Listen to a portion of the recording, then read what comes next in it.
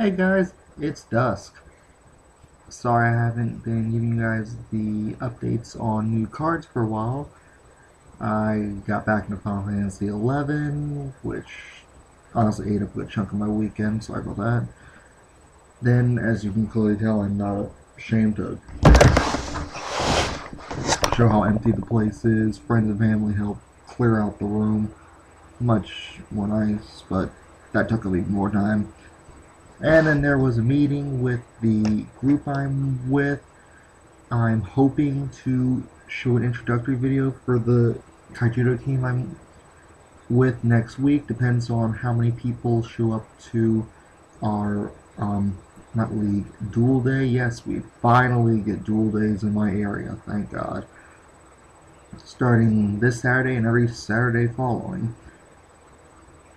Now, all that out of the way, yeah, I've been busy, so sorry about that. I have a whopping 7 cards to show you guys today.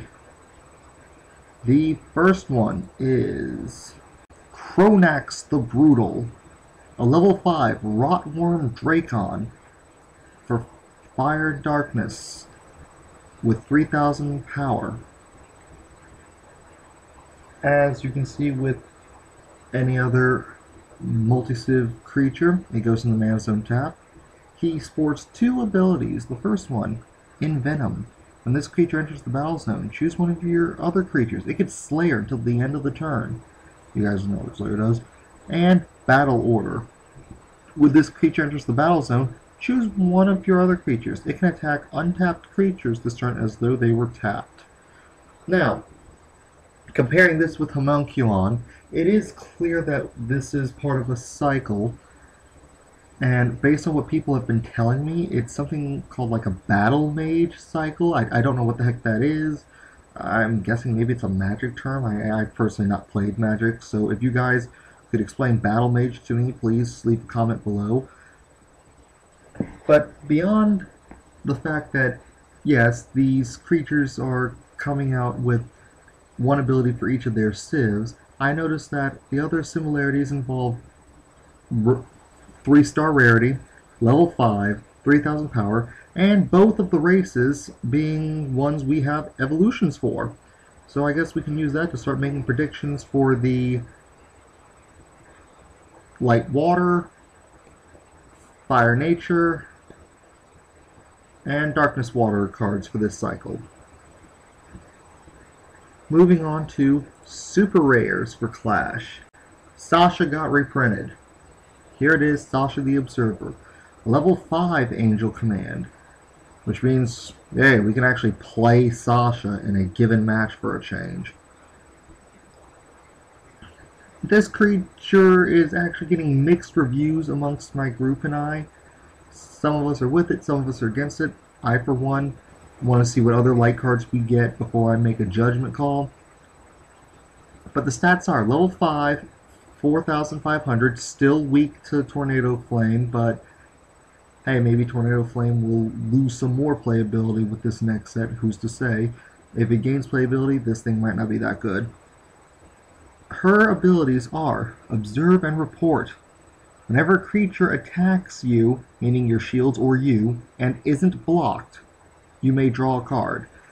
That right there, I do not foresee this card being used in anything outside of like a Dorado deck, meaning lots of Cobalts, Andromedas, Flare Inhibitors, that kind of thing.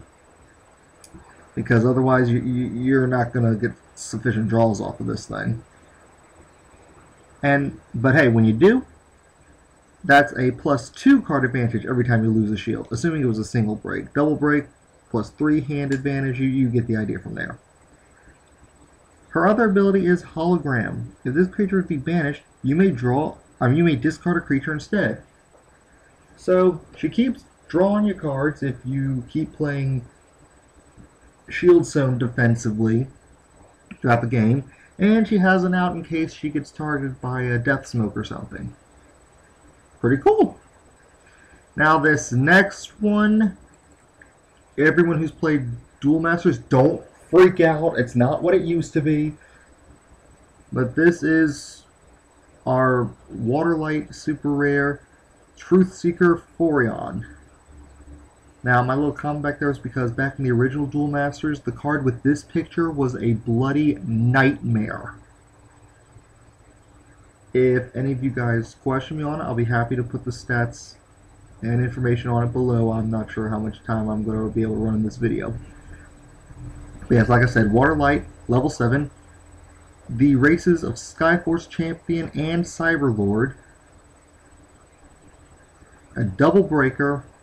And this effect is kind of broken, especially for those of you running Water Light Darkness, because you're going to go bananas on this. Spell Sword. When this creature... Oh, 6,000 power, by the way. Anyway, Spell Sword. When this creature enters the battle zone, you may cast a spell that has Shield Blast from your hand for free. So, the opponent's got a really tough creature that's getting on your nerves. I have this Terror Pit in my hand, but I have Truthseeker Forion too. I know, I'll tap those 7 mana, bring out Truthseeker, and get to use my Terror Pit. I see people having way too much fun with that. It's going to be the... I mean, that right there I foresee being abused. Oh, how should I put this? Well, yeah, the Water Light Darkness decks, they're not going anywhere anytime soon. Not with stuff like this constantly coming out. Okay. We gotta look at a cycle update, a couple super rares. Now let's talk about the set premiere for Clash of the Duel Masters. Apparently, we're expecting 2 promos off of this. Both Dual Civ, both of which favor my favorite civilization, Nature. However, it's the second one that I'm liking. The first one, however, is Fault Line Dragon, a level 6 Fire Nature Armored Dragon / Earth Strike Dragon. Yay, double dragons.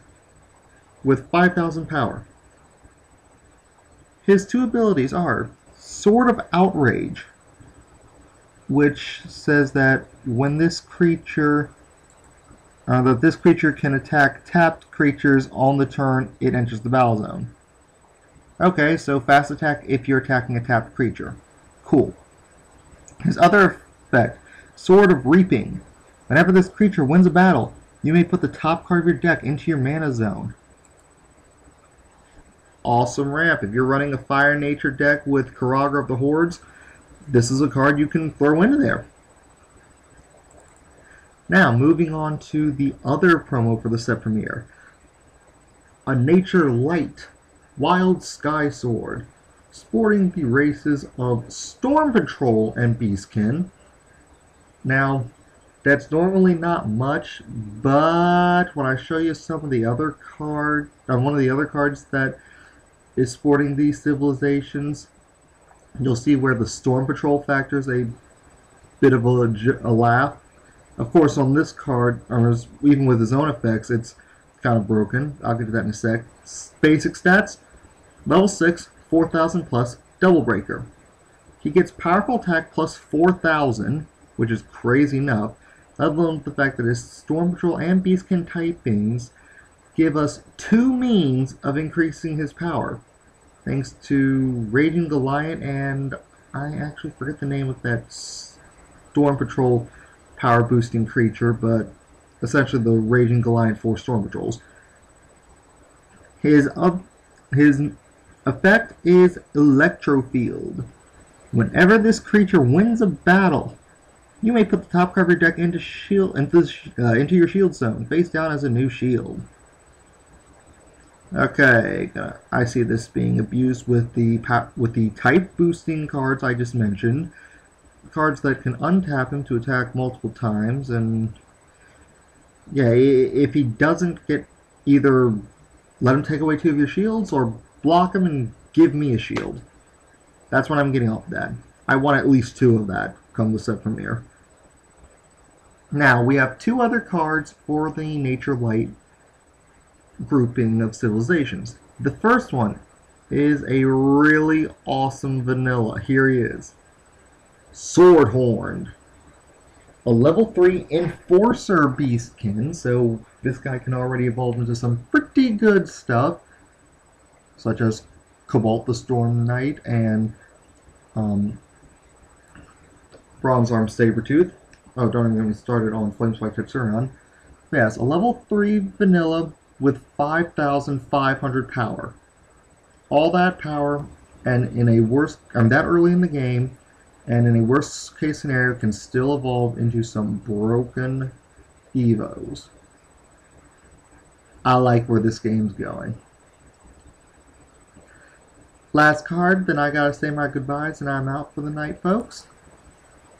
Here is Starseed Squadron, a level 4, 4,000 plus power Enforcer Treekin.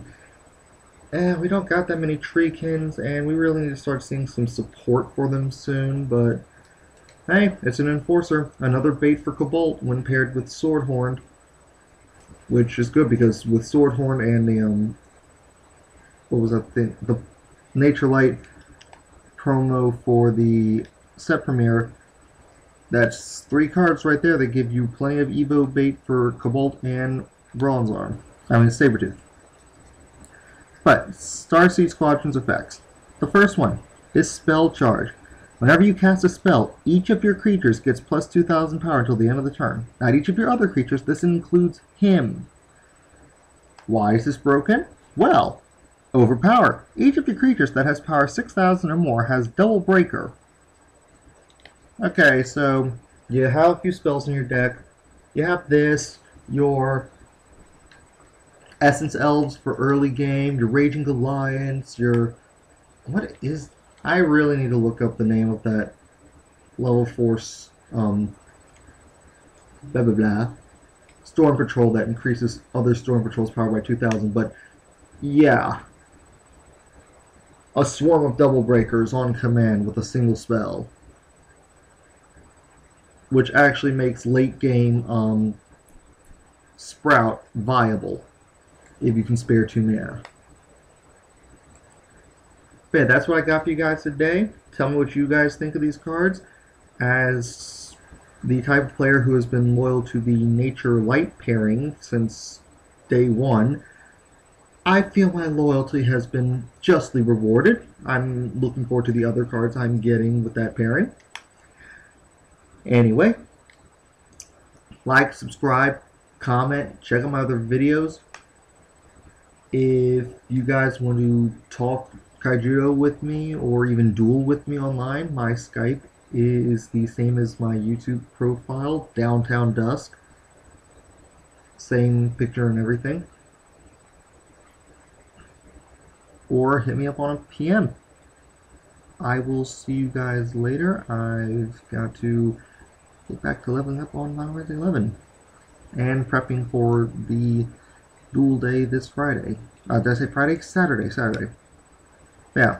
See you guys then. Bye.